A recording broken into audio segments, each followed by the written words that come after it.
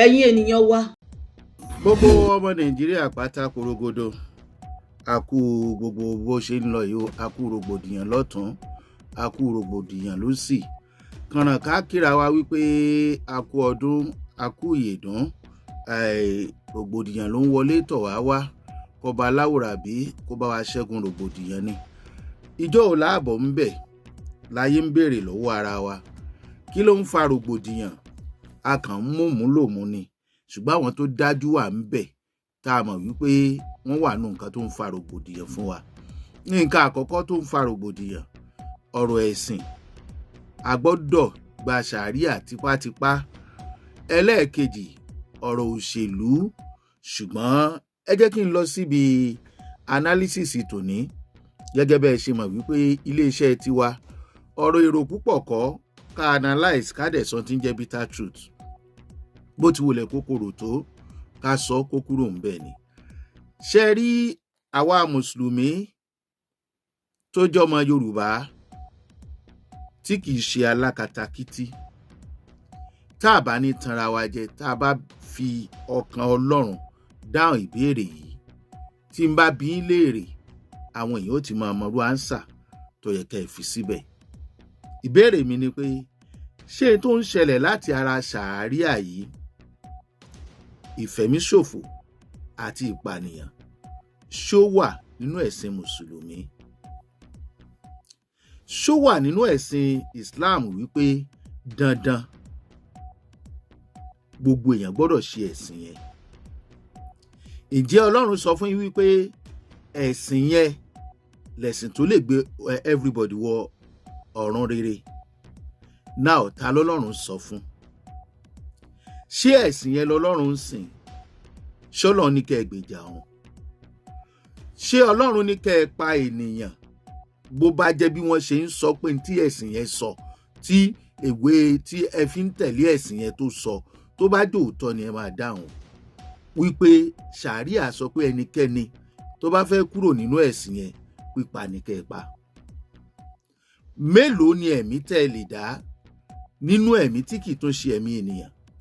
Ẹ̀mí èèrà lásán.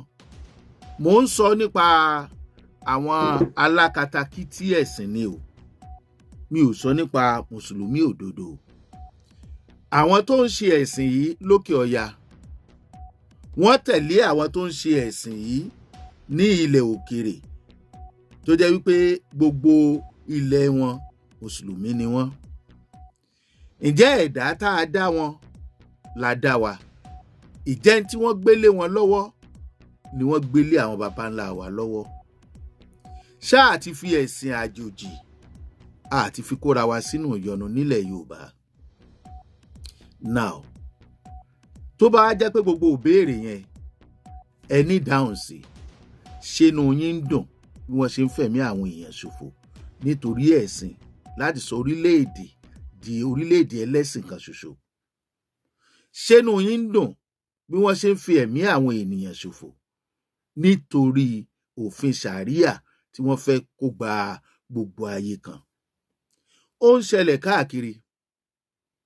Tí kì í bá ṣe pé ẹ̀sìn yẹn ó kọ́ ọ̀pọ̀lọpọ̀ àwọn tó ń ṣe ní jàgídíjàgan tí wọ́n fi di alákatakítí, ẹ̀sìn ò níṣòro, àwọn tó ń ṣe ló níṣòro. Ara alákatakítí tó bá gbẹ́sìn lórí náà nínú ẹ̀sìn Kìrìsìtẹ́nì, tó jẹ́ pé aṣọ rẹ̀ ní policy man, tí òun aburú tí ó fi máa wọlé tọ̀, àwọn nǹkan tí ò yẹ kán kà kún ni ẹ máa kà kẹ́ṣẹ̀.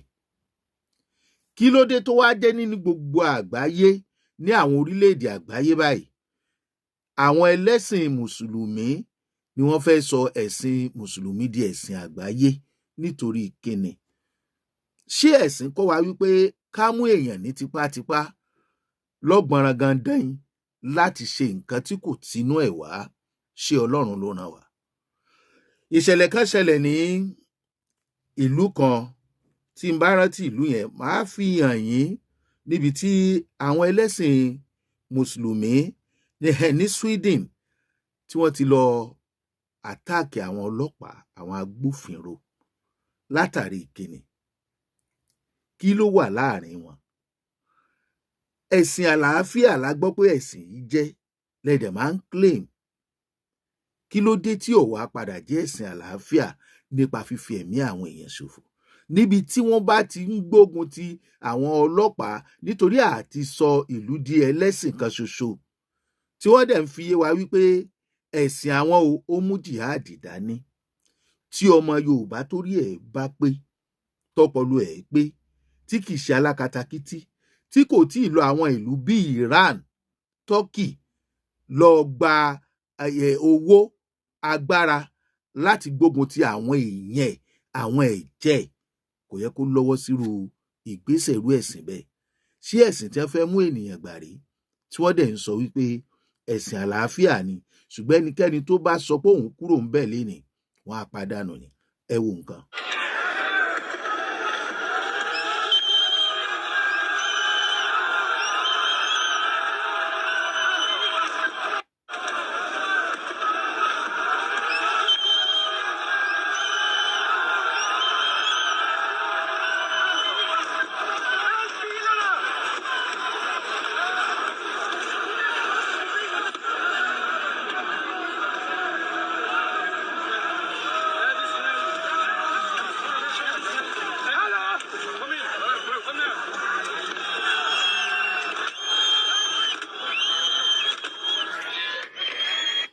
ẹ jọ̀ọ́ nítorí Ọlọ́run àlàáfíà wo ni ó wà nínú ìṣẹ̀lẹ̀ tó ń ṣẹlẹ̀ yìí ìtìjú ni pé àkọlé kinní yẹn gan pé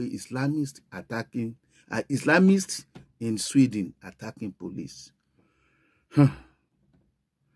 ọmọ Yorùbá tó ń ṣe ẹ̀sìn mùsùlùmí kò sẹ́ni tí ó ń gbógun ti ẹ̀sìn Islam kò sẹ́ni tó ní kẹ́ ẹ má ṣe ẹ̀sìn mùsùlùmí mo ti decide láti máa ṣe àwọn fídíò mi ní pé mo wá lè pín sí méjì mẹ́ta ó tún ní nǹkan kan tó tún ṣẹlẹ̀ màá tó fi fídíò yẹn hàn yín nǹkan tí àwọn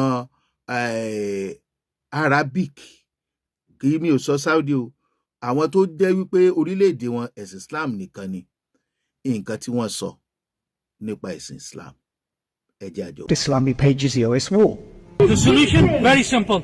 Jihad fi sabilillah. We don't fear anyone but Allah. We don't fear the United Nations, British government. We don't give a damn. We only fear Allah.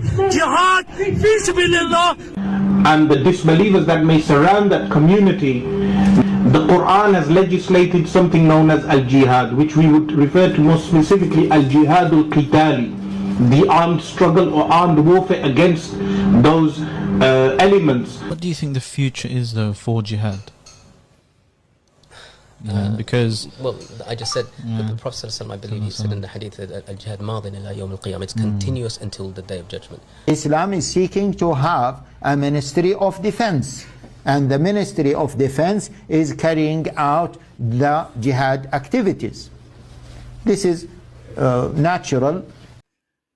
ọmọ Yorùbá tòótọ́ ṣe ti gbọ́ nǹkan tán sọ wípé ẹ̀sìn àwọn wà fún wọ́n sọ̀rọ̀ nípa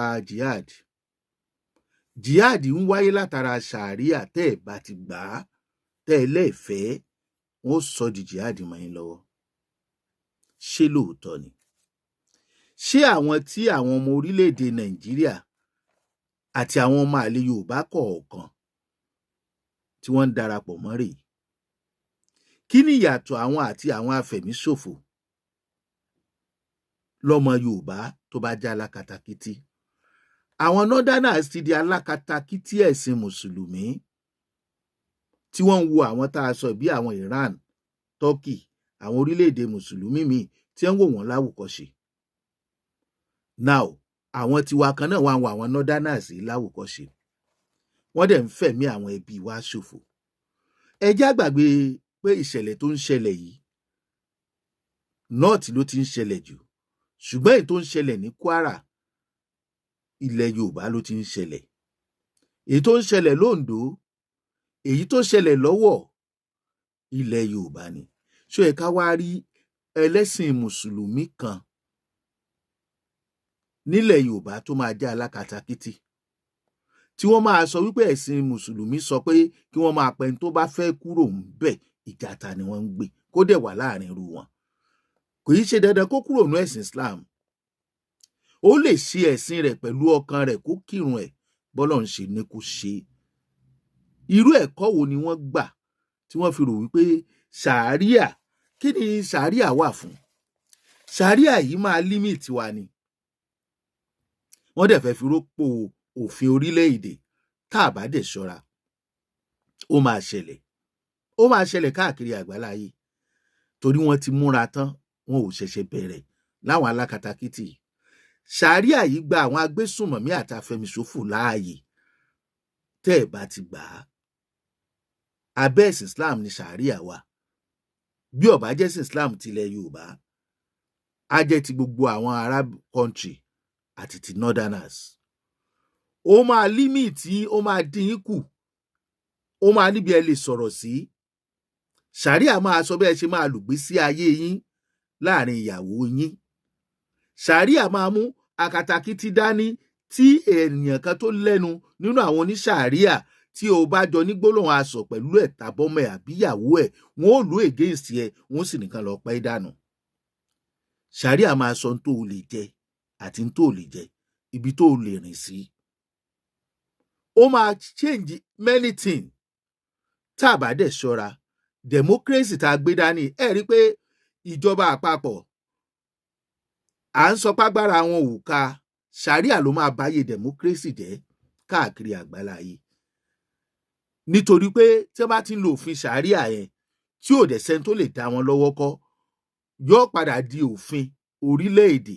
Ṣé ẹ mọ̀ pé àwọn ọlọ́pàá Hisba, Kano Muslim police, ṣé ẹ pé wọ́n ti ń arrest àwọn èèyàn tí ò yẹ kán arrest. Wọ́n ti ń arrest Kìrìsìtẹ́nì. Kò sí ọlọ́pàá orílẹ̀-èdè wa tó lè gbà wọ́n sílẹ̀. Kóòtù kò gba appeal ìjàmbá tí wọ́n ní kí wọ́n lọ pa. Kóòtù orílẹ̀-èdè kò fọwọ́ kan òfin kóòtù Sharia. Ṣé òfin Sharia ò ti máa gba òfin orílẹ̀-èdè? Then ṣé mùsùlùmí nìkan ló wà nínú ayé àti ní orílẹ̀-èdè Nàìjíríà? Mo kí bẹ́ẹ̀ ṣe ń wò wá. Mo kàn béèrè yẹn ni. Ṣùgbọ́n ọmọ Yorùbá, ẹ má gbàgbé o, ìjọ tó bá ní òṣèṣìn Islam tàbí ṣe nǹkan kékeré kan tí kì í ṣe ẹ̀ṣẹ̀ ní ìlànà àṣà àti ìṣe tí bàbá tiwa tí wọ́n gbélé wọn lọ́wọ́, ìjọ yẹn ló ń lọ o tó bá ti fọwọ́ sí. Tẹ́ ẹ bá ti gbà á láyè láti lò ó, ìjọ yẹn láyé ìran Yorùbá bàjẹ́. Now, religious, politics, ó ti borí orílẹ̀-èdè Nàìjíríà jẹ́. Tí ò dẹ̀ tí ì sí ọ̀nà àbáyọ kankan tá a bá ń tanra wa jẹ lóko. Ṣépa bàbá wa Bọ́lá Ahmed Tinubu Excellency àti ìjọba wọn máa kàṣà. This is agenda, plan tí ó ṣẹ̀ṣẹ̀ bẹ̀rẹ̀, tó jẹ́ pé ó ti di ẹrù ńlá tó ti fẹ́ máa ṣẹlẹ̀ ní gbogbo àgbáláyé. Ṣé ààrẹ Bọ́lá Ahmed Tinubu ṣagbára wọn lè kà? Kíní kan ni mo fẹ́ sọ. Màá sọ lápá kejì. Ẹ jẹ́ a jọ máa pàdé lápá kejì ètò yìí.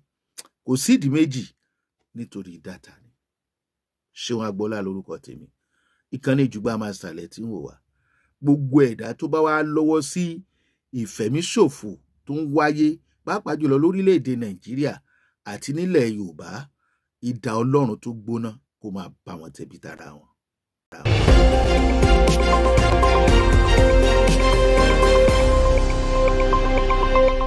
Àṣàkẹ́ TV show.